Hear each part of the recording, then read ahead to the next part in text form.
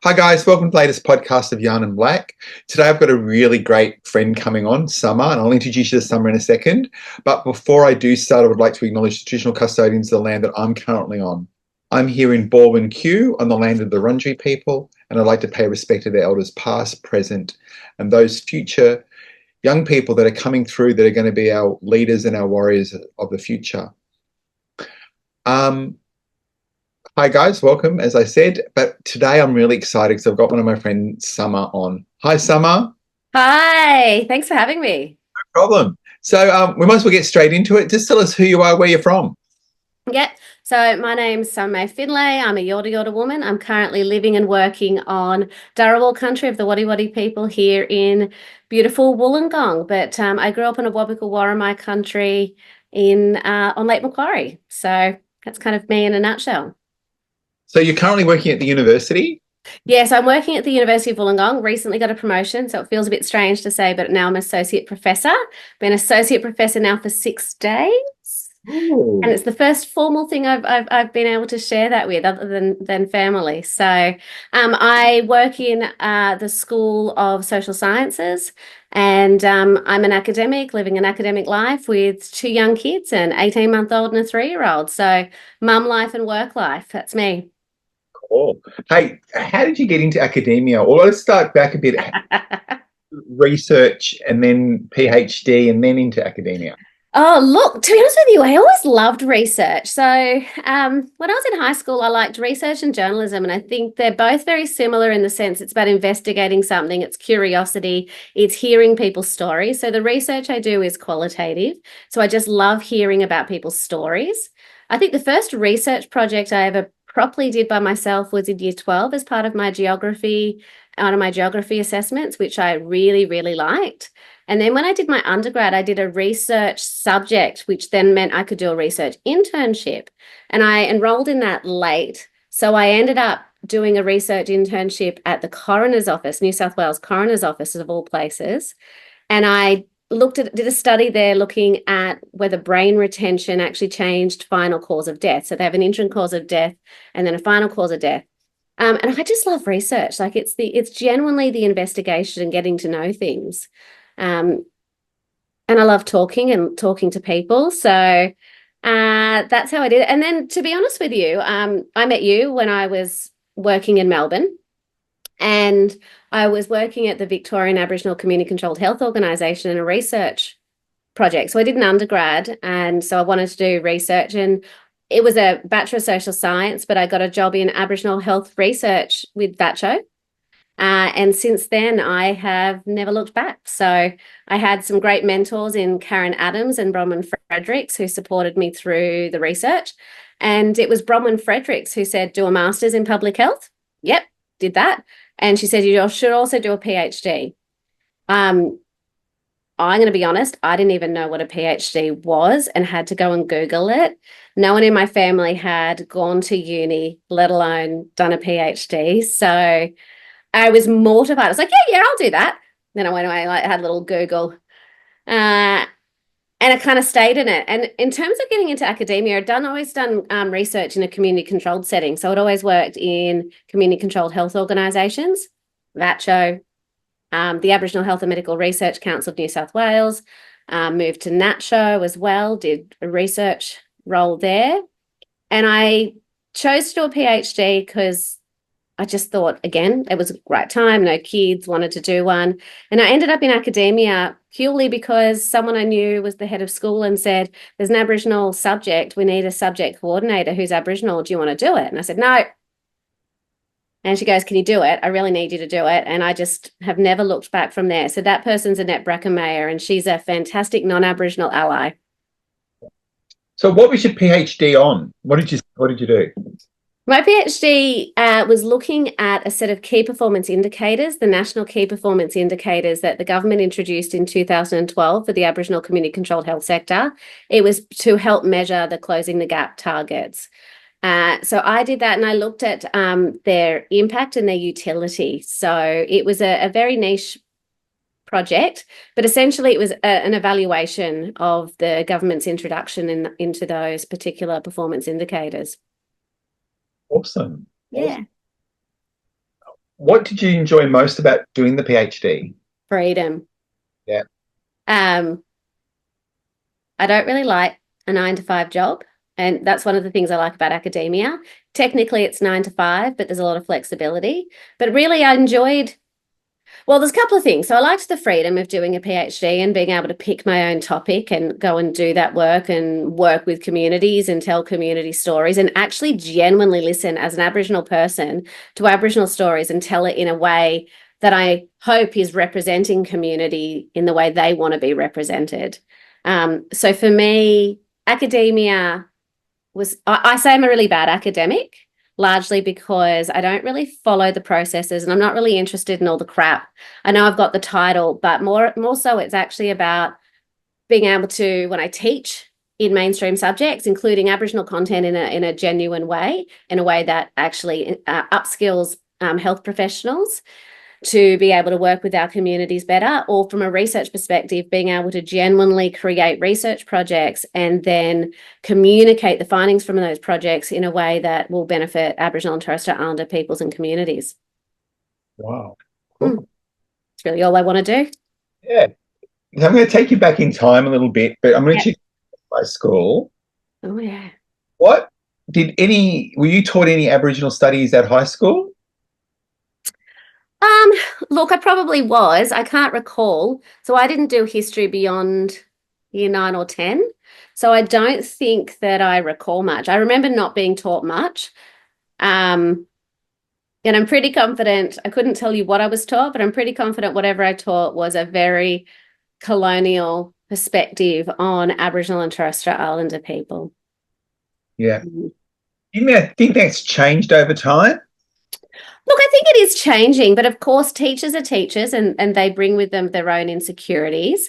And I notice with this with academic lecturers as well, subject coordinators, is they don't know what they don't know, or they're too scared to get it wrong. I often find a lot of people are too scared to teach our content because they're scared of getting it wrong, or they've been told that they can't include Indigenous perspectives. And what they're not understanding is that they can, but it's how you talk about it and how you do it as a non-Indigenous person. I think it is getting better, but I think we still have a long way to go. Yeah. Where should teachers start to look for ways in incorporating knowledge? So it depends on what subjects you're teaching, but I always think, so background being health, there are so many awesome resources available through Aboriginal organisations. That's where I would start is if you want to include Aboriginal content, start with Aboriginal organisations. So for example, the Healing Foundation has fantastic resources on the stolen generation, fantastic resources, timelines, videos, all sorts of content that would be particularly useful. Reconciliation Australia, regardless of what you think about reconciliation more generally, has very good resources specifically for schools, and in New South Wales as well. Reconciliation New South Wales does too. So I think actually starting with, and while they're not Aboriginal organisations, they are very good non-Indigenous organisations that are in part led by Aboriginal organisations. I think the boards are made up of Aboriginal and Torres Strait Islander people as well as allies. But genuinely, I would say start with looking at your topic area through the Aboriginal lens, which means going to Aboriginal organisations to see what they have available. Now, you mentioned the word allies a couple of times. What makes a good ally? So I've written about this. This is something I'm actually quite passionate about. So for those that don't know, I wrote an article for NITV online about how to be a good ally and stay off the Aboriginal shit list. And I also wrote an article for Croaky Health Media about allies, accomplices and tokenists. So tokenists being people who basically do it for show. Allies are people, what makes a really good ally is people, an accomplice are people who listen. They don't go off and do it by themselves. They don't go off marching thinking, I'm going to carry the Aboriginal flag, because you often get it wrong if you're not actually engaging with Aboriginal people along the way and checking in and making sure that whatever you're doing is appropriate. A good ally is someone who's not afraid, and I think that's really important. They might be nervous about getting it wrong, which is part of the reason why they check in. They might also be worried about what other people think when they pull up racism or they talk about the deficit dialogue. So they really will challenge stuff and actually often create a space for us that makes it safe for us then to come in and have conversations about what it should look like and could look like. Yeah. And I like how you just explained that, because I thought that was amazing, very simple, but very clear on you're going to get it wrong at times as well. Oh God, I get it wrong. I'm an Aboriginal person from the coast, right? Like I can't go to Nhulunbuy and think I'm going to get it right. I've got to go up there and listen. I've got to engage with the right people. So this isn't just for black fellas, right? Like if you're leaving your communities, we know we have to do these things as well. So it's just, I think non-Indigenous peoples tend to be a little bit more nervous about that than we are. And what's the difference between an ally and an accomplice? I'd say the staunchness. The allies are there, but the accomplices, like they're with us 100% of the time, come hell or high water. They will weather the storms with us no matter what the cost. And you see those mobs that do that. They are the fierce ones who are out there supporting us at all times, regardless. They will take the flat, they will take the hits, they will, you know, it's the ones that really have the love and passion for our peoples and our communities in a really genuine way that really stand with us at all times. And it will come at a cost. And we know that. It comes at a cost for us to speak up. What makes a good Aboriginal leader? Well, I think what makes a good leader, Aboriginal or not, is very similar, to be quite honest. And I think for me, when I'm thinking about leadership are not people who are out there marching all by themselves, right? They're not the loud people doing it for themselves. For me, a good leader is someone who is listening and representing and probably, again, taking some hits, and it comes at a cost for them as well. So a leader is someone for me, when I'm thinking about it, is someone who is willing to get up, stand up, and really, really genuinely represent Aboriginal and Torres Strait Islander viewpoints to the people and to the people that they have access to. So you could be a local leader in a way that you're talking to your local school. You could be working at a broader level. So you're working across the state. It doesn't really matter what you're doing. If you're genuinely there advocating on behalf of mob, you're a leader. Yeah, I like that. Like I think about someone like my mum, right? So my mum works at the local high school and she is always there advocating for the local community. They know her very, very well. She knows them well enough to knock on the door and say, get your little black ass to school, because otherwise you're going to start getting, in trouble. And, she really does demonstrate leadership at a really local level. And then you've got people like we were talking about before, Janine Muhammad, who has genuinely represented not just at a Victorian level, but also at a national level, Aboriginal and Torres Strait Islander people. And other people I work with, like Donna Murray, who's the CEO of the Indigenous Allied Health Association. Like to be honest with you, I think both those wonderful women actually are leaders at own personal health cost. Yeah, that's good. What's some of the stereotypes that you still hear about Aboriginal people that you'd like to change? Oh God, my least favourite, and I think the most prevalent, is you're not really Aboriginal because you've done too well for yourself. Yeah. Right? Yeah. Like, because if you're not poor, then you're not black. Yeah. Yeah. It blows my mind that people think that just because you've got an education or you're living comfortably, or quite frankly, you could be extremely wealthy. It doesn't matter. Culturally, you're still Aboriginal. You just happen to have a lot more capacity and affluence. And I really find that quite frustrating. And it's still really quite prevalent. I've heard that in my own community where my mum's heard it. And I think, you really don't understand culture. You don't really understand Aboriginal and Torres Strait Islander people if you think money makes us white. Yeah. And I think we talked before too about sometimes being the first in family to actually, like you said, you're the first in your family ever to get a PhD or the first one to go to university. Yeah. Yeah. I mean, it's a massive thing. And I have to say, my parents worked really hard. My dad's a white fella, mum's Aboriginal. Dad did a lot of overtime. Mum worked as a cleaner because mum left school at 13 or 14, to put me through a private school and then to support my brothers as well. Like mum felt education was going to be the way of breaking the poverty cycle because she worked really hard, but didn't have the education, so knew she could never earn as much as what, well, now I have the capacity to. But I think, yeah, people really don't understand, I think, culture. I think that's probably what it comes down to. They don't understand what it means to be an Aboriginal person at the heart of it. It's not about skin colour. It's not the shape of my nose. Yeah. The other stereotype I find challenging, again, and I hear it from time to time, less so now, but is, did you get your education for free? Oh, no, I paid that bloody HECS off, and if I was meant to get it for free, someone can give me my money back, thanks very much. Yeah. Like, the assumption that we all get everything for free. Yeah, I've heard we get free cars, free houses. Oh, I know. Where's my bloody free house? With these interest rates, I can tell you, I'd love that free house right now. I had to go back to the Westpac Bank and have a conversation with them. We're being gypped. Yeah, we're being. Yeah. We get lower life expectancy, and I know, isn't it wonderful? A lot earlier. Yeah, that comes for free. Oh, yeah, there's a lot that comes for free that, quite frankly, I would be happy to give back.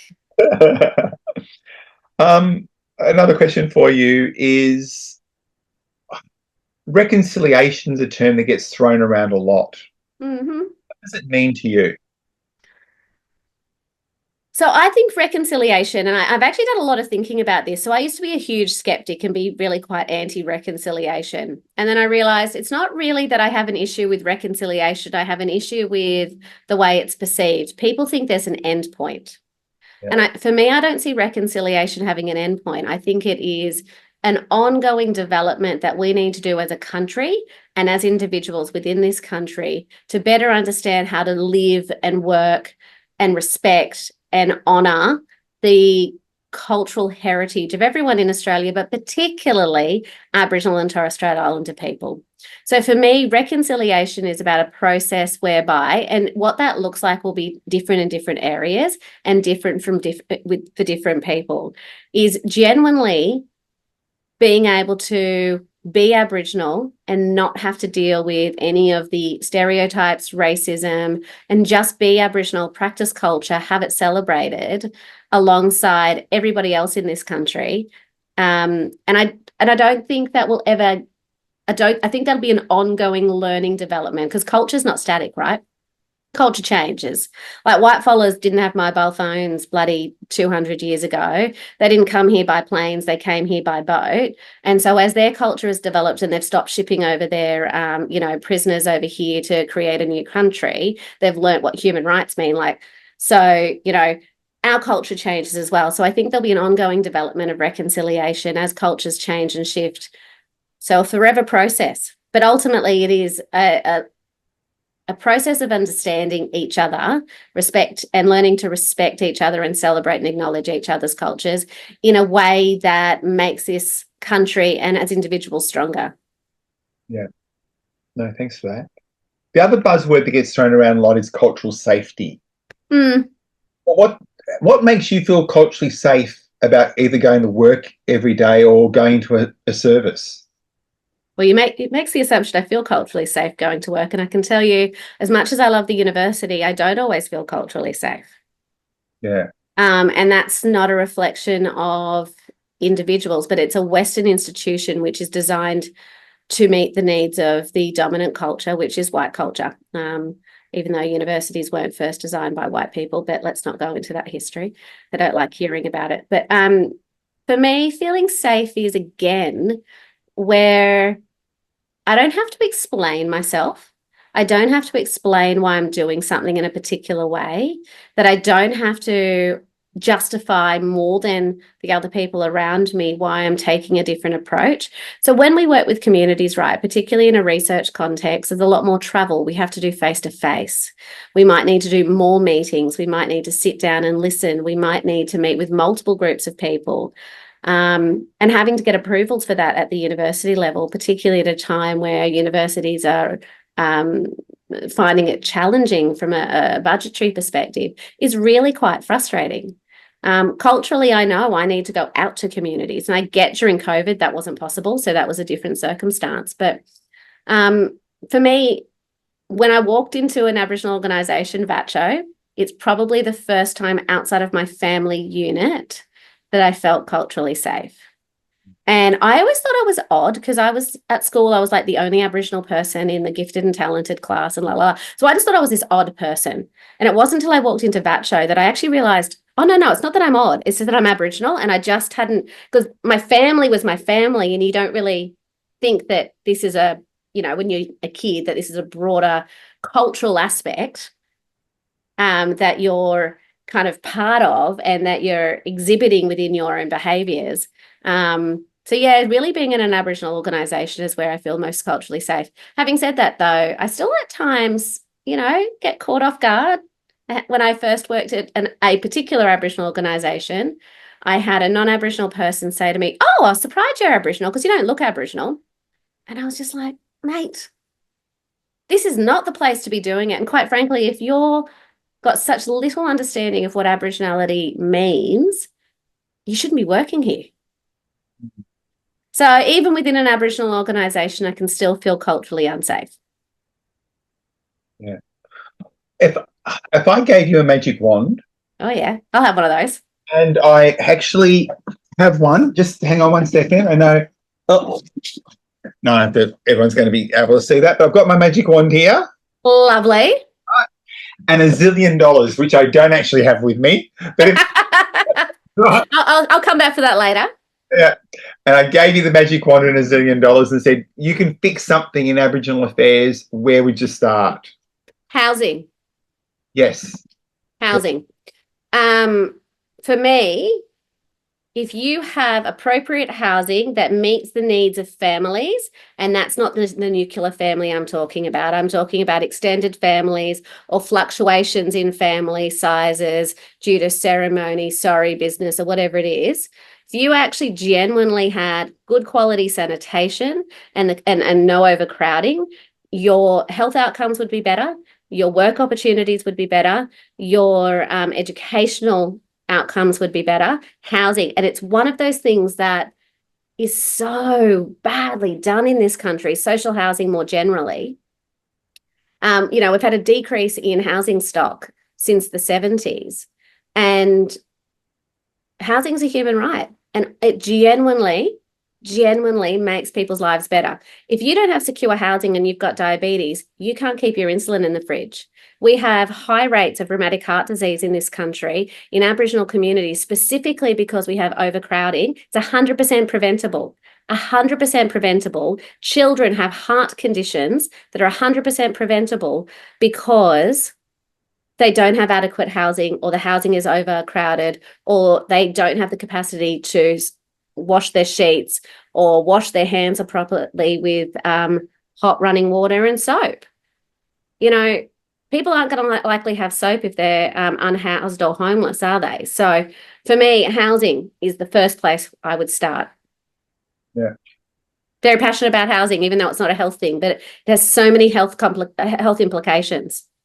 I think so too. Look, you can't even get unemployment benefits now unless you've got some permanent address. I know, right? I tried to explain this to someone, and they said to me it was about a research project and they wanted to recruit through Centrelink. And I said, and they wanted to get people who are homeless. And I was like, do you actually realise that people who are homeless can't get Centrelink benefits because they often don't have a bank account? And to have a bank account, you've got to have a fixed address. And they're like, what? Well, how do they get money? And I'm like, are you kidding me right now? This is, yeah. So that's where I would start. There's lots of things I would do, but that is absolutely where I would start. Good starting point. Mm. I've only got a couple of questions left. And one of them is there's a lot of young people that are finding out about their Aboriginality, or they know that they're Aboriginal but know nothing else. Yeah. If they came to you and said, Summer, where do I start looking? What do I do? Do you know, I get asked this all the time, not just by young people as well, by older people who have family members, children in particular, who have found out that they're Aboriginal. I always first start with Link Up.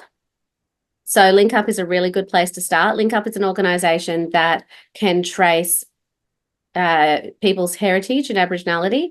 I think it's really important, if you can, to find out who your mob is. So if you can find out who your mob is, and again, it might actually be going through, if you've been in out-of-home care, getting access to your files to try and find out where you were from. Again, going through Link Up. Here in New South Wales, you can go through NTEU and they will help you track down your family tree. Finding out people within your community that are your relatives that can tell you who your mob is a really good place to start. There's a little of shame, I know, amongst mob who don't actually know what their country is. I know it's a privilege to be able to say I'm a Yorta woman. Not everyone has that. My kids, while not growing up on country, are being raised as proud Yorta women. And my girls already know, well, Body's only just starting to talk, so it doesn't quite come out as Yorta, but Emily knows she's Yorta. If you ask her, she'll tell you. Although on the map of Australia, she likes Cape York. That's where she actually, like, if you ask her where her favourite place is, she points to Cape York. So for me, and I think it's really important that you talk to family members, if you can, to really get whatever knowledge and history that they have to help you start putting the pieces of the puzzle together. You know, we have a history of colonisation here in this country, and one of the policies was assimilation, as well as the, Aboriginal Protection Board, all of which were designed to destroy our connections to our community and our cultures. And I think it's absolutely important, and it's our birthright, to actually understand what it means to be Aboriginal and understand who our family and community are. I know that it is a bit of a challenging space within the Aboriginal and Torres Strait Islander community when people do find out. But I think if people are genuinely wanting to find out because they want to know who they are as a person, then I think that they're absolutely appropriate. It's actually appropriate that they do that. So again, Link Up, collecting the information you do know from people that are willing to talk to you, and start with finding out who your mob is, and then start making connections that way. Question: motherhood. Yeah. You must be enjoying it. Most days. And you got the instruction booklet that came with them? Absolutely not. Someone misplaced that on my behalf, I can tell you. Yeah. So what's it like being a mum and being an academic and doing everything? Yeah. Mums do. Well, firstly, can I say I can only do what I do because my partner is unbelievably supportive. So he's a non-Aboriginal man who works in retail, works part-time, so he has the kids. So there is absolutely no way that I can do it all without him. I'm very, very lucky in that way. To be honest with you, that was part of the agreement of having kids, was that he would be the primary carer, so that I could do what I love doing for our community. But to be honest with you, our community is great when it comes to having kids. He picked up the manual. Yes, he must have gotten it. Definitely hasn't shared it with me. But, our community is great. Like, I've actually taken the kids to stuff. So I went out and was part of a launch for New South Wales Ministry of Health out in Dubbo. It's a community event around suicide resources, and Emily was 9 months old. Mum came out with me, and I'm up there on stage with Andy, who was the other MC, and she was just watching Mum from the floor, crawling around. So when I do work with community, I'm able to take the kids. And I have to say, the university is very child-friendly. They are absolutely set up for children and young people. So I'm really, really lucky to work at a university which is highly flexible. I can work from home if my kids are sick. The kids go to daycare on campus. So I feel very lucky to be able to be an academic earn a good salary to support my kids, and have my workplace support me to do that. So, yeah. The question I ask at interviews sometimes, where do you see yourself in 10 years' time? That's a big question. I used to just say Prime Minister, and now I think that's a 20-year goal because my kids are too young. So, that's the 20-year goal. Maybe president because we're a republic. That would be the ideal, but I'll settle for Prime Minister if we haven't become a republic yet. Look, in 10 years' time, I'd like to be back working in the Aboriginal community-controlled health sector. So I'd like to be back working for community in a way that's slightly more direct than what I'm able to do now.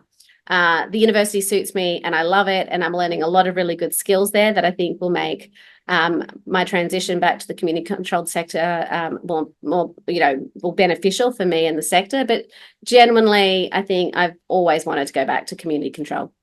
I'm still involved in community control, so I'm co-chair of the Aboriginal Health and Medical Research Council Ethics Committee. So that's the New South Wales Aboriginal Ethics Committee.